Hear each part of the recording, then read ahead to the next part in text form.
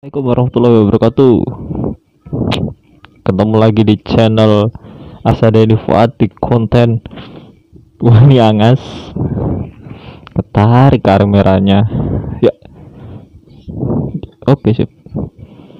Oke, Wani Angas kali ini akan meneruskan cerita dari Arini, dimana cerita sebelumnya Arini mencisahkan rumahnya yang ada di Karawang.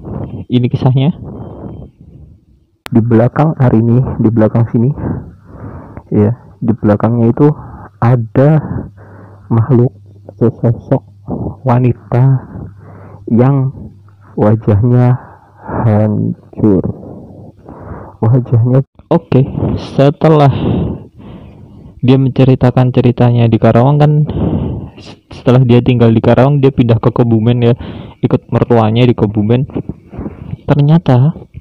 Ternyata di Kebumen itu juga ada kisah horor yang hari ini ceritakan kepada saya. Nanti di samping sini akan ada bukti WA dari cerita hari ini kepada kami tim Wani Angas.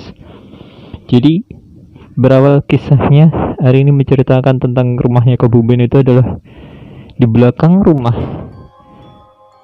hari ini di Kebumen itu ada rel perlintasan kereta api, maaf.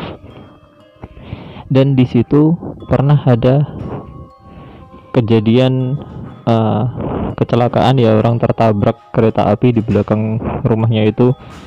Dan setiap kali ada orang yang kecelakaan tertabrak kereta api di belakang rumah tersebut, pasti rumah yang dilintasi rel tersebut pintu belakangnya akan diketok oleh korban tersebut.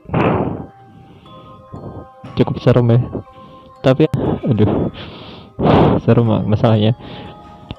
Hari ini saat tinggal di Kebumen itu belum pernah mengalami pintu belakang rumahnya diketok, karena memang alhamdulillahnya saat hari ini tinggal di Kebumen itu belum pernah terjadi kecelakaan di belakang rumahnya, di perlintasan rel belakang rumahnya. Namun sebelum hari ini tinggal di Kebumen, pernah rumah tersebut diketok pintu belakangnya. Saya tidak bisa bayangkan betapa ngerinya saat pintu belakang rumah itu diketok. Dan selain pintu belakang rumah yang ada rel perlintasan kereta apinya ya, rumah hari ini di Kebumen ini 2 lantai ya, lantai 1, lantai 2 gitu. Dan lantai 2-nya itu lebih sering kosong karena memang diperuntukkan untuk tamu yang mau menginap di sana. Jadi kalau tidak ada tamu menginap, lantai 2-nya itu kosong, dibiarkan kosong begitu saja, tapi lampunya dinyalakan, lampunya posisi menyala. Nah, pernah ada tamu dari Jawa Timur, sebut saja Mas Jatim gitu aja ya. Mas Jatim ini pernah mengalami kejadian saat dia menginap di rumah hari ini di Kebumen. Mas Jatim ini masih saudaranya Arini ya. Saat itu ada acara yaitu lamaran Syifa itu adik iparnya Arini ya. Mas Jatim itu masih saudara, dia tidur di lantai 2 bersama calon suaminya Syifa ya.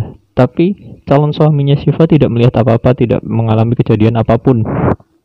Hanya Mas Jatim yang mengalami kejadian, dia dinampakin, diweruhi oleh sesosok nenek-nenek penunggu lantai 2 di rumah Kebumennya hari ini. Saat itu Mas Jatim juga cerita kan sama saudara-saudara yang lain. Akhirnya saudara-saudara yang lain juga ketakutan ya, kaget karena sebelumnya belum pernah ada kejadian seperti itu. Ternyata Mas Jatim ini adalah punya watak yang sangat sombong. Orangnya sombong kemaki.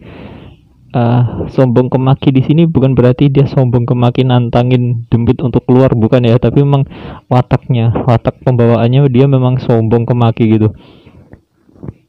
Dan kalau kamu sombong dan kemaki, memang katanya di sana pasti akan dinampakin ya, karena suaminya Siva pun tidak dinampakin, dan juga pernah sebelumnya ada saudara Arini dari Jakarta menginap di situ juga, tidak dinampakin juga. Padahal di situ saat itu Mas Jatim nginepnya 2 malam, 2 malam di situ. Dan di malam yang pertama, malam kesatunya udah langsung dinampakin nenek-nenek tersebut. Itu juga katanya hari ini sempat menggegerkan saudara-saudara yang ada di situ ya, karena sebelumnya belum pernah kejadian ya. Tadi saya sebutkan ya, mungkin karena memang perwatakannya Mas Jatim yang sombong ini, jadi mudah untuk mengundang makhluk-makhluk astral itu untuk menampakkan dirinya kepada Mas Jatim. Pernah juga di luar cerita hari ini ya, itu saat ini, oh ya maaf, ini kejadiannya Januari 2019 ya, waktu lamaran Syifa itu Januari 2019.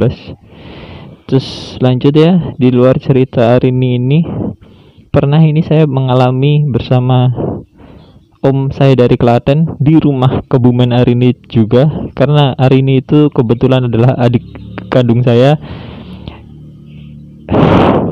Jadi Arini itu adik kandung saya, jadi kita masih saudara.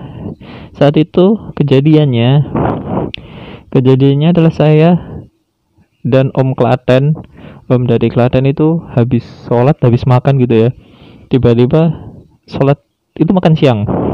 Sholatnya kalau nggak duhur asar ya, saya agak lupa.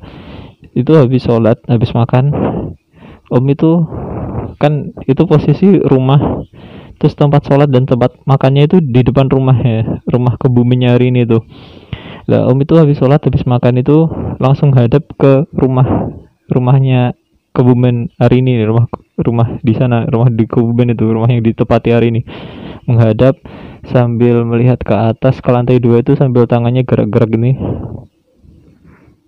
Nggak tahu itu gerak apa. Terus tak tanyain kan omnya, om enak apa om? Rapopo, ada apa om? Nggak apa-apa. Wih lo, gonduwur wi nakal. Itu yang di atas itu nakal, kata om seperti itu. Tapi saiki serapopo, aman. Tapi sekarang tidak apa-apa, sudah aman, kata om seperti itu. Dia kayak ngusir atau ngunci atau mager, saya juga tidak tahu ya. Dan memang itulah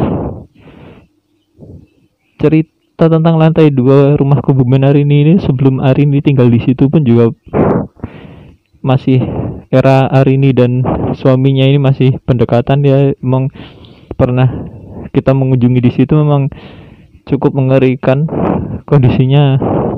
Ceritanya memang seperti itu ya. Ini cerita yang dikirim oleh hari ini.